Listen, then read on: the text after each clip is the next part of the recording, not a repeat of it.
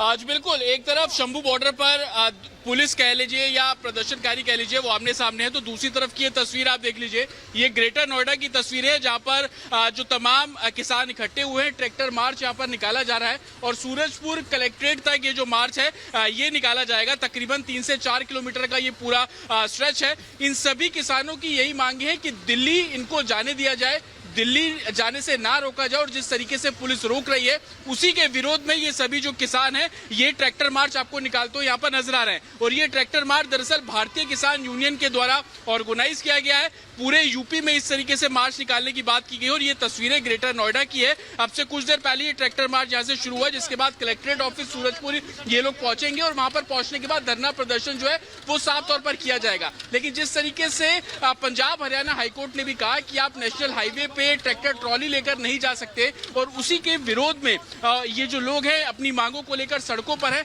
आज क्या आप सूरजपुर जाएंगे या उसके अलावा पूरे नोएडा में इस तरीके से मार्च निकाला? अभी सूरजपुर जाने का है। अगर सरकार को चेताने का काम कर रहे हैं, अगर नहीं मानेगी तो दिल्ली जाएंगे फिर।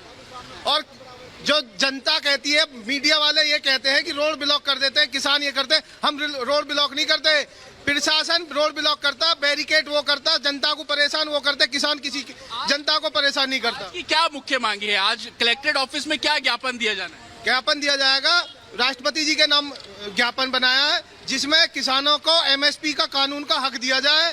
बिजली बिल में संशोधन जो पास हुआ उस बिजली बिल में संशोधन किया जाए। किसानों के लिए जो फायदेमंद हो वो सुविधा ज्यादा दी जाए, एमएसपी पे कानून बना दिया जाए।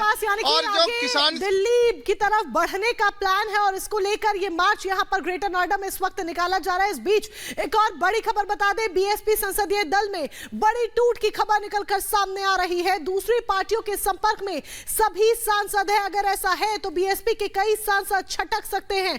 एसपी के संपर्क में बीएसपी के 3 सांसद हैं। सूत्रों के हवाले से बड़ी खबर निकलकर सामने आ रही है। चुनाव सर पर है, यानी कि बेहद नजदीक है और उससे पहले पार्टियों में दल बदल की जो राजनीति है वो साफ सीधे तौर पर देखी जा रही है। और ये बड़ी खबर बसपा से निकलकर सामने आ रही है, जहां पर बसपा के 3 सांसद समाजवादी पार्टी के संपर्क में बताए जा रहे हैं। सूत्रों के हवाले से बड़ी खबर।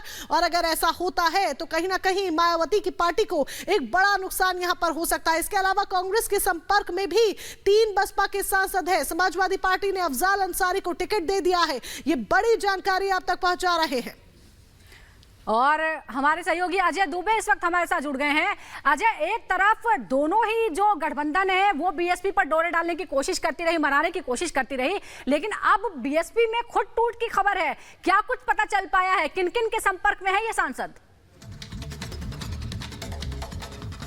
देखिए, जो टूट के कगार पर पहुंचने की बात हम कर रहे हैं, ये बात अब उससे काफी आगे निकल चुकी है, क्योंकि जो संसदीय दल के सांसद हैं अब वो सांसद बसपा के दूसरे दलों से उम्मीदवार बनकर सामने आ रहे हैं। 2 दिन पहले लिस्ट आती है समाजवादी पार्टी की और गाजीपुर से जिन्हें उम्मीदवार बनाया जाता है अफजाल अंसारी, वो बहुजन समाजवादी पार्टी के सिंपल से पहले सांसद हैं, अभी भी सांसद हैं, लेकिन अब वो उम्मीदवार है समाजवादी पार्टी के। तो एक तरफ मायावती अपना स्टैंड बहुत क्लियर कर देती है कि किसी के संग जाना नहीं, और दूसरी तरफ जो उनके उम्मीदवार हैं वो दूसरे दलों के जो चुनाव के उम्मीदवार हैं बनकर अब सामने आते दिखाई दे रहे हैं। कई सारे नेता हैं, जिसमें एक अम्बेडकर नगर के जो सांसद हैं रितेश पांडे, लगभग 4-5 महीने पहले उन्होंने अखिलेश यादव से मुलाकात की थी, तस्वीरें सामने आई थी। अंदर खाने तमाम जो सांसद हैं बसपा के वो मुलाकातें कर रहे हैं अलग अलग दलों में। कारण इसका क्या है? कारण ये है कि जो बसपा जितनी कमजोर होती चली जा रही है उत्तर प्रदेश में, जो उसका वोट बैंक है कमजोर होता है, सीमित होता दिख रहा है। यही कारण है कि तमाम जो ये उम्मीदवार हैं अब अपने लिए दूसरे ऑप्शंस तलाश रहे हैं, जिसमें जो कांग्रेस का रास्ता है वो भी देख रहे हैं। सपा की तरफ से तो एक ऑलरेडी नाम सामने आ ही चुका है उम्मीदवार के नाते, और बसपा में भी बड़ी ज्वाइनिंग की जो बात बड़े भाजपा के जो माफ कीजिएगा बड़े नेता जो कह रहे हैं कि बड़ी ज्वाइनिंग कराएंगे,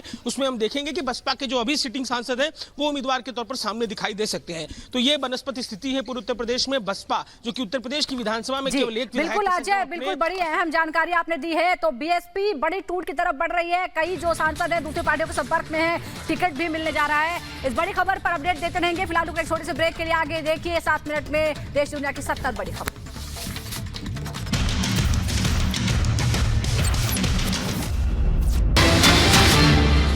संदेश खाली का विषय बहुत गंभीर हो रहा है। माननीय कलकत्ता हाईकोर्ट ने क्या टिप्पणी की है आपके सामने में।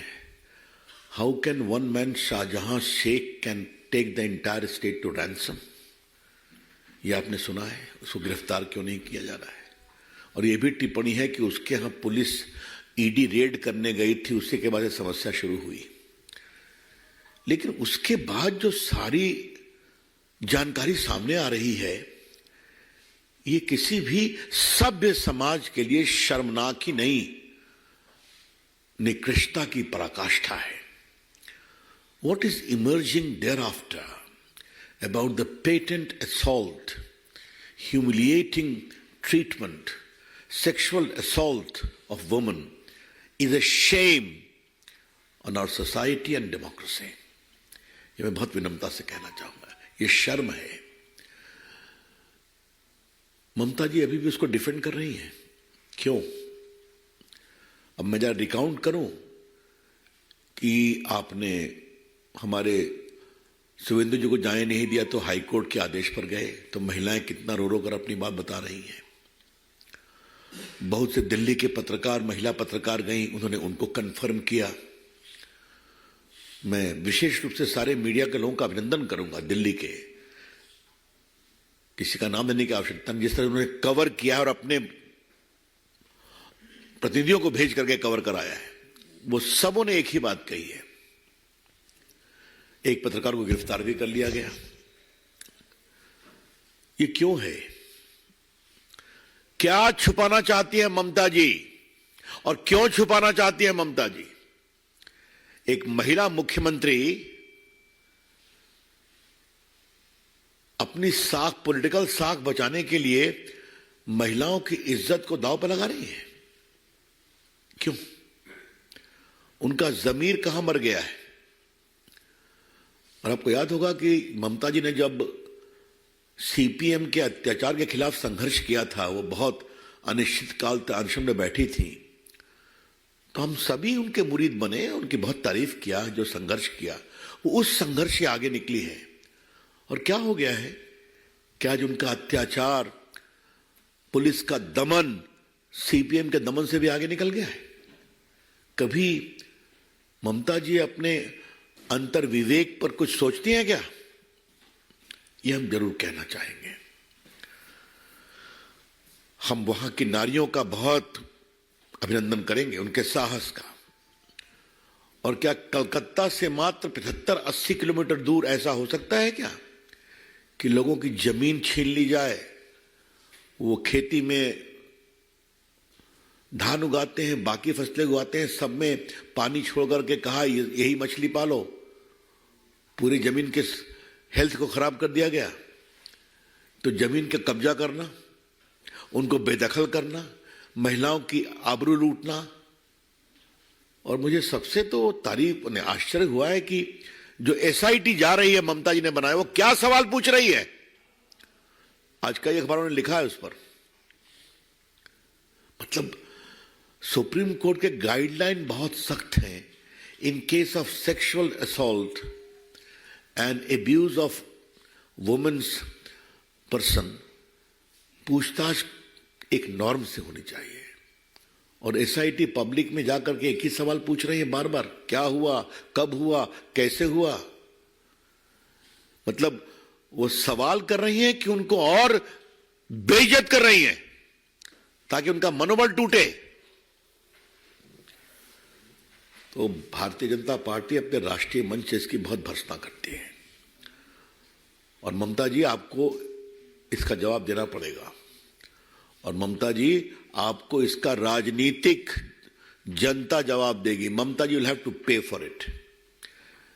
और हम अपने बीजेपी के कार्यकर्ताओं का बहुत सम्मान करते हैं, जैसे वो संघर्ष कर रहे हैं वहां जाकर के।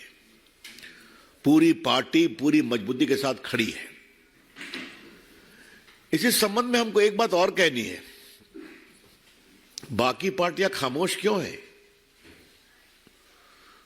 कल मैंने सुना है कि सीपीएम की एक नेत्री घूमने गई है, लेकिन सीपीएम ने अभी तक औपचारिक विरोध नहीं किया है, पब्लिक कमेंट नहीं किया है। राहुल गांधी जो हर विषय पर बोलते हैं, खामोश हैं।